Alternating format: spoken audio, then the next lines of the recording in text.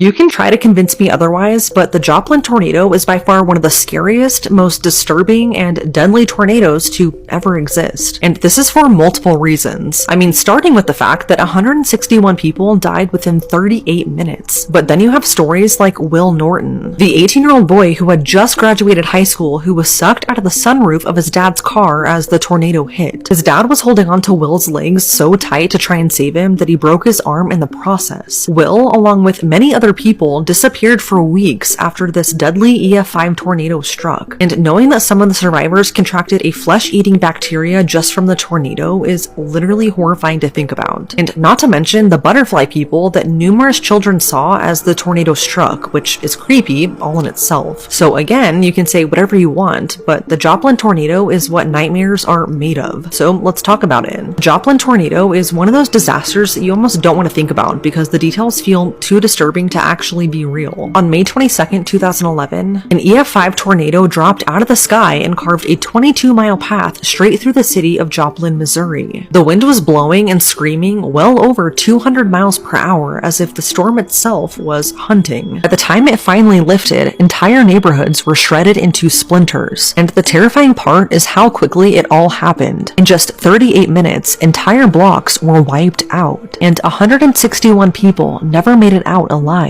It's the kind of event that leaves you wondering how something so massive and violent can appear out of a normal-looking sky without warning, and just take everything. The Joplin tornado is the 7th deadliest tornado in US history, and what makes it even more horrifying is its classification, an EF5, which is the highest rating on the enhanced Fujita scale. EF5 tornadoes are so violent that their winds exceed 200 miles per hour, powerful enough to level well-built homes, twist metal, and wipe entire neighborhoods off the map. These types of tornadoes don't just damage cities, they pretty much erase them. Exactly what it did. That day, when it seemed like Joplin was going to get a tornado, the community didn't really panic because that's what they're used to. The tornado warnings blared throughout the city, and just 24 minutes later, the Joplin tornado struck down. So this was a really short time frame that people had to work with to find shelter. What makes this tornado so particularly disturbing is that it was rain-wrapped, meaning that it was completely hidden until it was already right in front of them. People didn't see a funnel, just a wall of darkness, and then in an instant, the world around them was being shredded apart. By the time anyone realized what was happening, the tornado was already there, swallowing everything in its path, including them. Major hospitals were destroyed, even Joplin High School. More than 1,000 people were injured on top of the fatalities. 9,200 people were displaced, and over 4,000 homes and businesses were just no longer there. I think I read that the total economic cost was over $2 billion.